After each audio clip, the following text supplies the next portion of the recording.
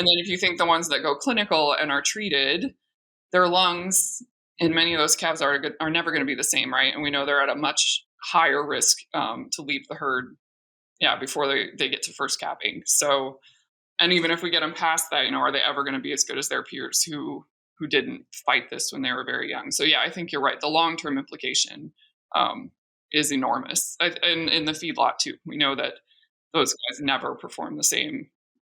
And I think some of the late deads we see in the feedlot are the same thing. We saved them with an antibiotic, but their lungs just couldn't handle it.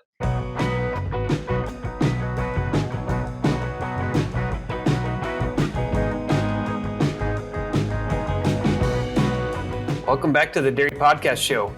My name is Barry Bradford from Michigan State University. Today, I'm happy to be interviewing a friend, Dr. Jodi McGill from Iowa State University.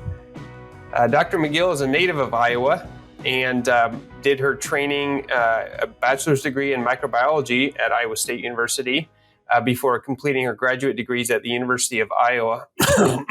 As hard as that is for me to say, and then completed a postdoctoral fellowship at the National Animal Disease Center. She then went on to work at Kansas State University, where we were colleagues, and then has since moved to become the John Salisbury Endowed Chair in Veterinary Medicine at Iowa State University.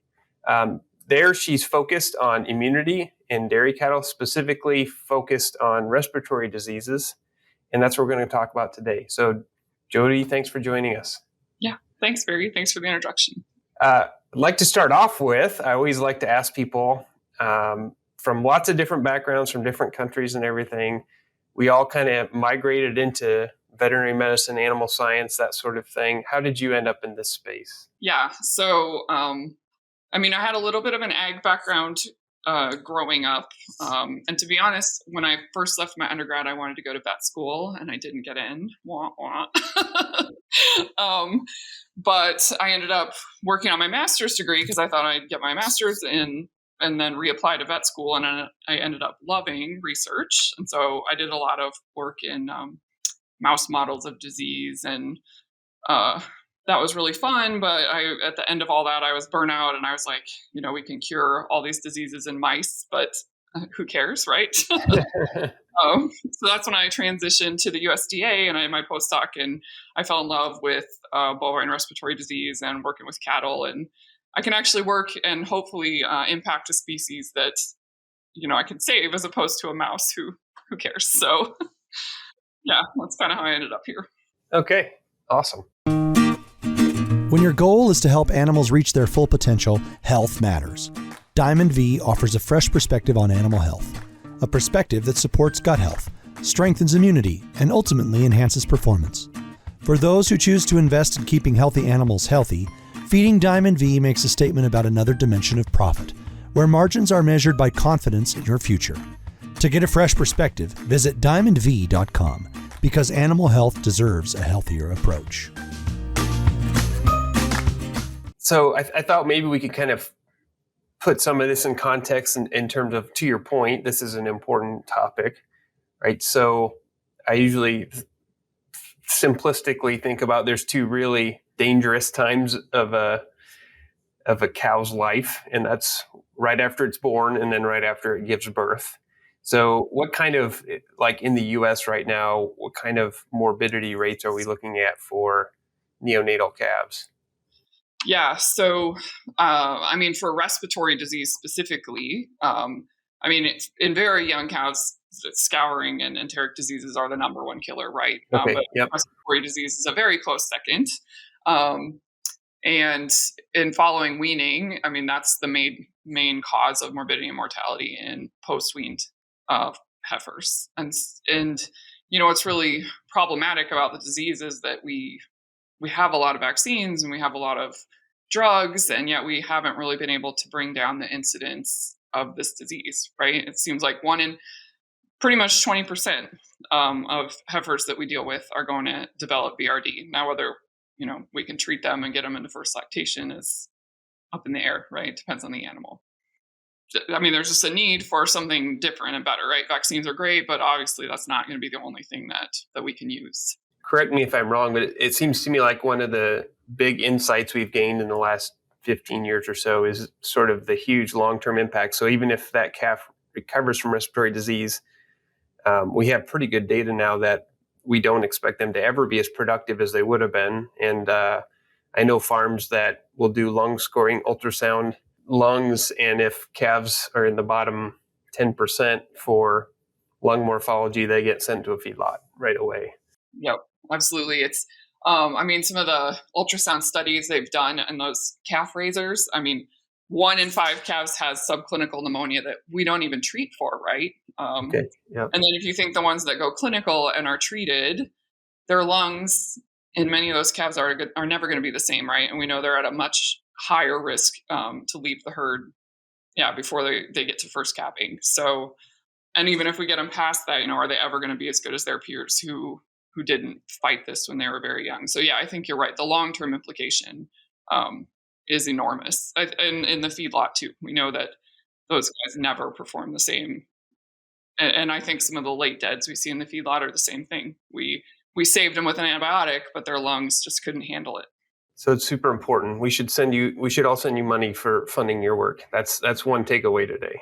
Of course, I would be very happy to continue to study respiratory disease for the rest of my career.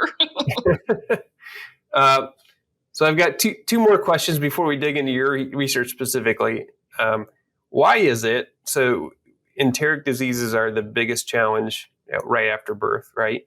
But then we see this big rise in respiratory challenges after weaning. What is it about weaning? Do we know? Like, why is that creating another window of risk for respiratory? Right. So, BRD, the BRD complex, we always preach is this multifactorial complex, right?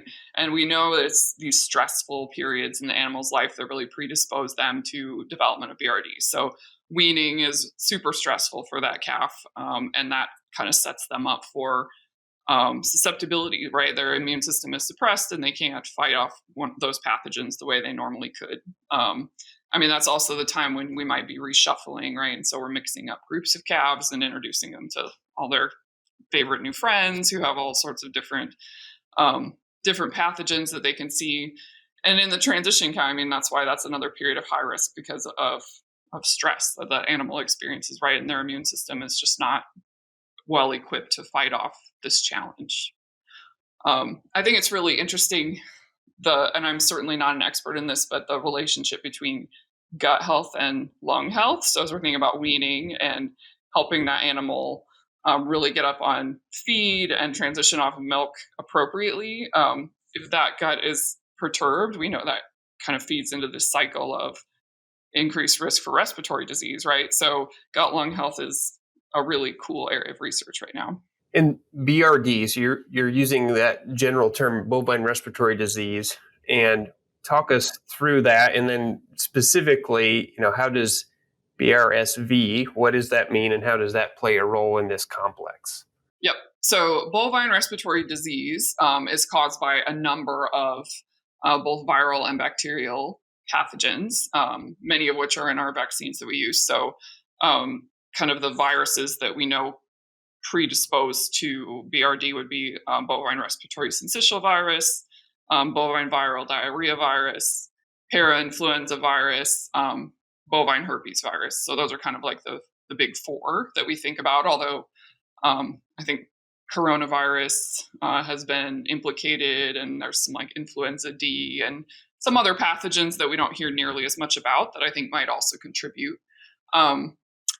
But we generally think that these primary viral infections then lead to secondary bacterial pneumonias. And so that's really what kills our calf, is like the Mannheimia hemolytica or the Pasteurella multocida or the Histophilus, which when that virus sets up camp in that calf's lung or his respiratory tract, we know that the bacteria are kind of part of that calf's normal microflora, right? So they live in their nose all the time. But when that virus comes along, it sets that calf up for the bacteria just overtakes their immune system, essentially. And so usually they die of a bacterial pneumonia. And mycoplasma, I had forgot to mention mycoplasma, but that's another one of those big bacterial pathogens that tends to get calves for respiratory disease. In our in our pre-wean calves, we see Pasteurella and Mycoplasma probably the most commonly, following some of our respiratory challenges. Why? So there's this big complex, and obviously you can't study everything in there at once necessarily. Why do you focus specifically on the respiratory syncytial virus, BRSV? So this virus in particular, well, it's the best virus, of course, but no. So we know it really impacts very young animals. It tends to be more common in our pre-weaned calves, which is where my interests lie because I'm interested in neonatal immunity and development in kind of the very young calf. And so BRSV is very common. By the time they hit about 6 months of age, they most have been exposed and so have some immunity to it, and so it's much less common. Although I would say BRSV of all of those is one of the few viruses that we know if in an outbreak it can wipe out, 20-30% of calves if you get a really bad BRSV outbreak, whereas some of those other viruses all alone they might not have that capacity, so makes it a little more interesting. So what are some of the fundamental questions that you're asking around BRSV?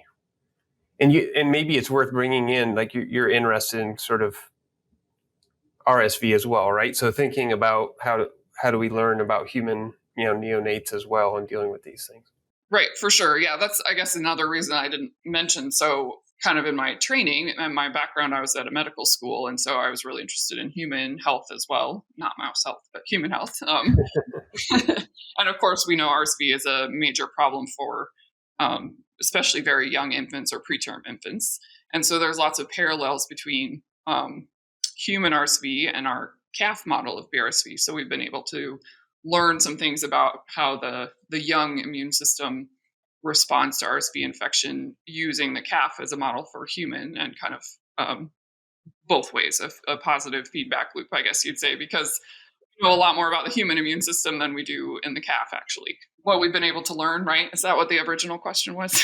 Yeah. So some of the fundamental questions about BRSV that help make progress on. Right. So we are particularly interested in kind of the role of the innate immune system. So, the adaptive immune system in this land of COVID, we're all kind of experts on antibodies and vaccines and T cells, which are amazing, but they don't really work all that great in a very young animal. And we're often combating maternal immunity. So we know that cow gives colostrum to the calf, and usually the cow has antibodies to BRSV, right? So there's already all these antibodies in the calf that prevent her from mounting her own adaptive immune response, right? So the cow's antibodies protect her, but also prevent her from making a really strong adaptive immune response. So on our side, we're interested in how the innate immune system can protect that calf. So the innate immune system cares less about, is this RSV or is this parainfluenza? It's more about, I've sensed a virus that's potentially going to endanger my host and mounting a more broad response. And so we're looking at how we can use the innate immune system to protect the calf until they are better equipped for mounting an adaptive immune response. And we've shown that there are definitely approaches where you can kind of prime or boost that innate immune system so that it works better in those calves during those high risk periods. So that's kind of what our research is focused on. Gotcha. So when you're talking about innate immune cells and making them better at protecting that calf, are anatomically, are we talking about cells that are lining the nasal tract, or that actually in the lungs, or where are you focused? Kind of all of those things. Okay. Lots of different areas. So where we've tended to focus is definitely some of the cells residing in the airway themselves. So like our alveolar macrophages hang out in the airways all the time, and they're really good as that first line of defense. And there are some other immune cells in the lung as well that play that role. And so we have looked at giving like some mucosal treatment. So if you give like an intranasal treatment or kind of an aerosolized priming agent, essentially to help that immune system kind of ramp up. And we have seen some benefit to that. What's kind of interesting is, I mean, when you prime the immune system, it can be sort of a short-lived thing, right? Like you can ramp it up for a few days and then it goes back to normal, which is a good thing because you don't always want tons of inflammation, right? So it's a timing thing. But we're interested in innate memory, it's called. And so that's come about from some of the human research in that certain products you can give to that animal and induce kind of this longer term enhanced immune response. So we call it innate training. And so we've been studying that in the calf as well.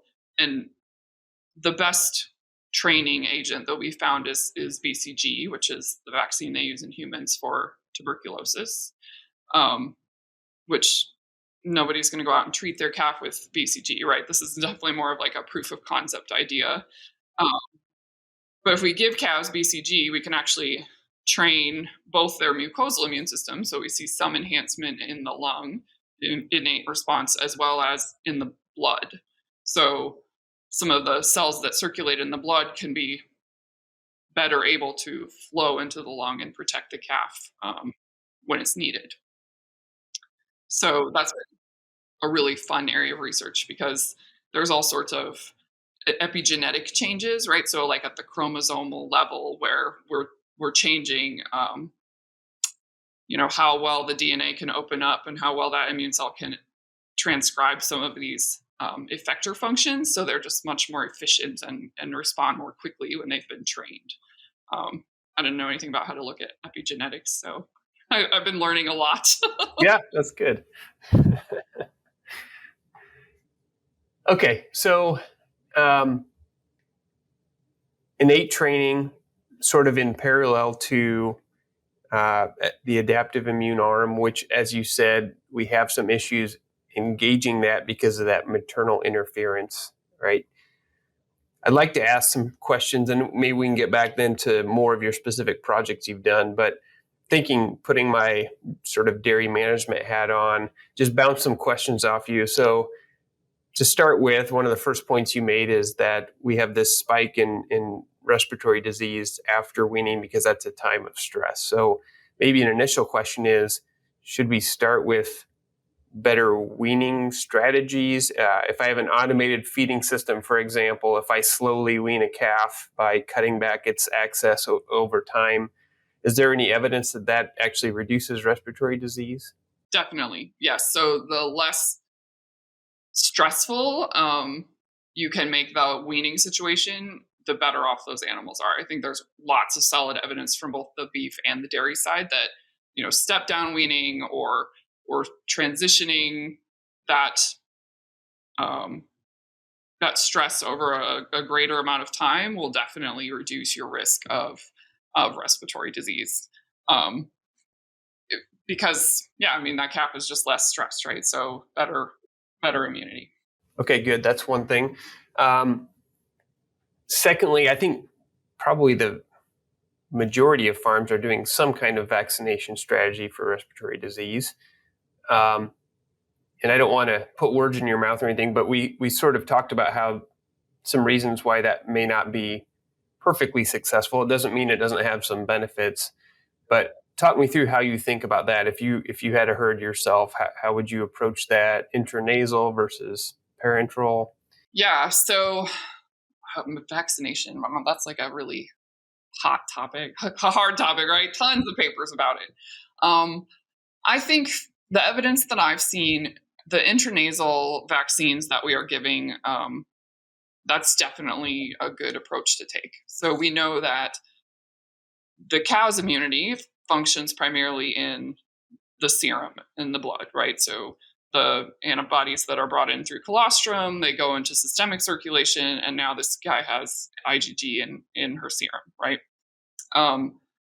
But we know that's kind of separate from the immune system in the lungs and the respiratory tract. And so when you give an intranasal vaccine, you're priming immunity in the same place where that calf's going to potentially encounter virus, right? So you get some of the IgA and some of the mucosal antibodies that prevent infection. So I think I don't know that I've seen strong evidence to say, super young calves, like days 1 and 2 and 3, even the first week of life, if vaccinating at that time is the best strategy. But I do think, early life, the first few weeks, those intranasal vaccines seem to work pretty well based on the data that I've seen. And then much like we've kind of heard, if you follow up later on with a parenteral, right? So an intramuscular or a subcutaneous vaccine, then you're helping some of the mucosal immunity get boosted, right? So you started things off intranasally, and then by giving that second booster later on, you can help the calf prime their adaptive immune system. So I do think actually that's a really good strategy. I think we have to be careful about how much we put in these young calves, right? I think some of the calf management lists that I've seen of all the vaccines and all the antibiotics and all the everything is a lot that we are asking those guys to respond to. So I do worry about that. I think simpler is better sometimes. I'm pro vaccination, but I think partly because the people talking about it are often selling these things. I think it's worth acknowledging that the adjuvants that cause a response have some at least short-term negative effects, right? So if you're layering vaccine after vaccine on an animal, you're going to cause at least a short-term harm. Absolutely. Well, and I think often we're giving the BRD vaccines, and if you add some of the Mannheimia and the Pasteurella, so the bacterial vaccines, which we know are kind of nasty anyway, right? And then the Clostridial vaccines, I think if those are all stacked up, that calf is having to work really hard. So thinking about spreading those out a little bit, if possible. And this is a question out of pure ignorance, but so if you do an intranasal vaccine, say midway before, during the wet calf phase in dairy systems, presumably the booster would come well after they're weaned when that sort of stress is over. Is that correct? Maybe 2 months of age or 3? Yeah, that's what I would suggest. I mean, just based on what we know about how maternal antibody wanes, right? If you give it too soon, you might as well just pour it down the drain. I think that can be negotiated, right? Certainly some people have shown that you can get some cellular immunity without necessarily an antibody response, which is a good thing. But I think your best bang for your buck is waiting until some of that maternal antibody has gone away. I should also point out quickly or let you comment on, if we're going to go through a tick list of preventing respiratory disease, right, is ventilation, right? Good air quality. That's kind of a no-brainer, I guess. But is there any ongoing work on that, or is that such old news that's kind of, we're moved past that? Not that I have read, but yeah, I mean, I think we definitely can all agree that that's very important. Yeah, all good management practices are definitely a must for BRD. Yeah. Okay, so I say that's kind of the standard list, and you're working on sort of I'd say next generation stuff where you're thinking about innate immunity. So how do you think about that? Is just the feeding of the animal part of that, or what else? At least in terms of what we can do today on a farm. Right. So, I mean, I think there's lots of really neat work on prebiotics and certain aspects of nutrition. And I'm not an expert in nutrition by any means, but we have done some work in looking at postbiotic products. So specifically, we've looked at these yeast fermentation products. So breakdown of Saccharomyces cerevisiae products that are produced. They actually come from Diamond V, and that's what we've studied. And we've actually seen some really, really nice data. You go into some of these studies and you're like, I don't know if this is going to actually do anything, right? But we've done 3 studies now where we've used this postbiotic product in calves from enrollment up until 5 weeks of age, and that's when we did our experimental infection challenges. So we gave BRSV in one study, or BRSV with a bacterial pathogen, so Pasteurella, as kind of a follow-up. And so in those studies, we actually saw kind of these positive effects on the innate immune system. So calves that were getting this SCFP product, we call it, actually kind of had this primed or enhanced innate response even before we hit them with the virus. So even before they encountered a respiratory pathogen. So we did some immunology assays, and we saw that their cells, made more pro-inflammatory cytokines, and they were kind of positioned to respond more quickly. And then when we ended up challenging those calves, we saw definite benefits in the lung pathology for those calves, and some in the clinical disease itself. So calves on the SCFP product had much less gross lung pathology. They had less viral load, so they were able to eliminate the virus more efficiently, which is kind of consistent with what we saw with the innate immune function.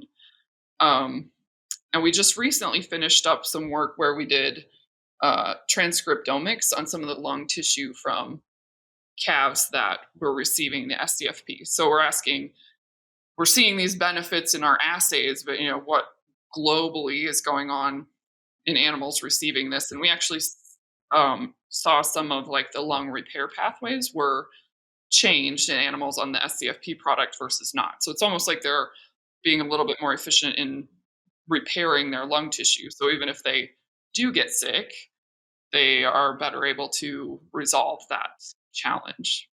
So yeah, that was pretty interesting work, and we'll see. I mean, it seems to have been some of our observations have been shown in other, similar models. So, adult dairy cattle and mastitis inflammation is a problem, right? And it seems like there's some tissue repair mechanisms that are working better with this similar product. So that's kind of cool when your research looks the same as everybody else's. Yeah. I mean, from a 20,000 foot view, it's kind of interesting that this is oversimplifying, but you take a fungal product, which you would think might stimulate or potentiate fungal responses, and then you're giving a viral pathogen later and they respond to that better. So that sort of cross pathogen impact is super interesting. Do you know anything? Have you dug into it all, like in terms of a molecular, like what is it in this product that's actually doing what in a immune cell that makes it more potent? Yeah, no, not necessarily. I mean, so it's of course proprietary what's in there. I mean, it's like vitamin B and some other things. So, I mean, I've talked to some of the company reps about this. Their theory is that so they grow the yeast for much longer than it should be grown, I guess. So it kind of gets stressed out, and then they heat kill it. But their theory is perhaps the yeast itself secretes some, I don't know, alarmins or danger signals that might kind of act on the innate immune system. I don't know. We don't have evidence of that. That's just speculation. I think it might be doing something to gut health, right? So we know there's this really important relationship between the microbiome and the calf's gut health, which ultimately translates to a healthier lung. So that's kind of my theory, but I don't know anything about gut microbiomes in calves. That's not my area. I stay north of the diaphragm, Barry. Good. You got to leave some space for the rest of us. That's good. Well, no thanks. I'll pass. I'll stick with the lungs. So that's been a really interesting set of studies you've done there. But I know you've had interest in other parts of the diet. You say you're not into nutrition, but I beg to differ a little, So maybe take it from a point of view of if you're raising dairy calves and the typical diets those calves are getting. Actually, let me back up one step. I meant to ask you, with the yeast product, with the Diamond V product, is that the way you did the studies? Was it delivered in the milk replacer? Was it in the grain or? So there was two products. So one is like a soluble form that goes in the milk replacer. And then one is a insoluble form that gets top dressed. And so we used both of those. But of course, I mean, the calves were enrolled at 1 to 2 days of age. So they weren't really eating very much grain until like the very end of the study. So I do think a lot of the effect was due to what they got in the milk replacer. Okay, that's fair. Okay. Good. So that's a component that can be added to milk replacer. Is there nutritional aspects of the way we feed calves that you think make them more susceptible, or are there deficiencies you're trying to address in your research? I guess I should ask. We have done some pretty cool work with vitamin A deficiency. A few years ago, we were looking at, and this was actually, we approached it more from the human side, but we've since kind of learned more about calf vitamin A deficiency. But vitamin A deficiency is a major risk factor in human infants for more severe RSV and increased hospitalization. And so, although there's some work in vitamin A in calves, it's what, like 40 years old now at this point. So, um, we generated vitamin A deficient calves, and keep in mind these were like really bottomed out. So we experimentally we created them so that they were really low. Uh, but when we challenged them with BRSV, of course they had more severe disease and worse lung pathology. But kind of what was interesting was how their lungs were just gene expression wise, they weren't making any of the tissue repair uh, genes that they needed to be, right? So the lung has to kind of break down and then be repaired as they try to get back to normal after they've cleared the infection, right? And so things like matrix metalloproteases and some of the tight junctions that hold the epithelial cells together, I mean, the expression of those was all messed up in the vitamin A deficient calves, which is really important for barrier function, right? Which from the human literature, we know that. And now in the calf, we've shown that, if you can keep those vitamin A levels up, that's really important for lung health, I think. And this isn't to attack that research at all, but you said specifically you were trying to make a really severe deficiency. Do you think that's way beyond what even the most problematic farms for vitamin A would have? I mean, yes, definitely. Like, hopefully they are never that low. So it's certainly a contrived system in an experimental setup. But I do think vitamin A deficiency, probably more so on the beef side, right, where you have cows out on pasture, which we know has been a problem in these kind of drought years. I think that is definitely more to be concerned about. I think in the dairy calf, we do a pretty good job, right, of giving them the vitamin A they need. But yeah, so, and lately I've been doing some work with zinc with Dr. Hansen at Iowa State. Nothing in pre-wean cows, but also kind of looking at zinc in feedlot cattle and how it helps with lung tissue repair, because there's some interactions there. So feed your cattle. You don't think you don't necessarily see an application there for milk replacer fed calves? I mean, maybe I'm just not an expert in zinc. Sure. Yeah, fair enough. Okay. Don't put me on the spot here. I'm an immunologist.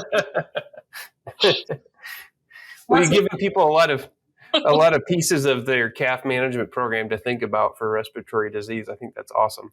Are there any pieces we missed that come to your mind right now? I don't think so. No, I think we kind of talked about some of our cool stuff. So. Maximize profitability and herd health with early detection in animal health, reproduction, calving, and feeding. The most advanced bolus technology and professional support from agricultural experts makes this possible. SMAX Tech, the health system that future-proofs your operation. It's time for our famous 3. Data shows most cattle don't get enough beta-carotene. DSM's Victus Transition can help support your cattle's fertility and colostrum quality through beta-carotene supplementation. Learn more at dsm.com/Victus Transition. All right. Well, I've enjoyed the conversation. Before we let you go, of course, we have to hit you with the 3 questions we ask everybody. We're not letting you off the hook. So first of all, we want to know, what's your favorite dairy-related book or resource? Yes. So you emailed me these questions, and I was like, dairy resource. I just asked my friends that do dairy work, what should I feed my calf, right?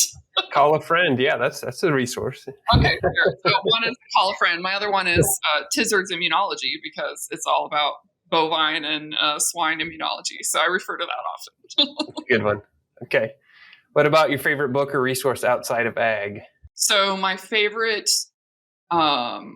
kind of work-associated book would be Wellness at Work, which is about kind of strengths and promoting graduate student wellness in research labs. So I read that I do a group that does graduate student mentoring, and so that was kind of our book club book, and it's been awesome and really changed the way I approach my mentoring. So I highly recommend that.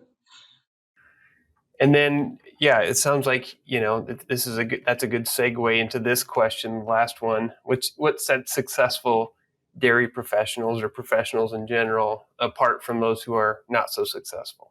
I had to think about this one too. I would say being a lifelong learner and being willing to change and adapt. As new information comes out, whatever that technology might be. I had a discussion about AI earlier today and adapting AI to our everyday lives, right? And just being willing to keep up with the times, I guess. Yeah, good. All right. Well, Dr. Jodi McGill, thanks again for joining us. It was a great conversation. Thanks, Barry. I appreciate it. Thanks for having me. This has been another episode of the Dairy Podcast Show. If you haven't subscribed yet, please subscribe today so you don't miss the next great episode. Until then, we'll see you later.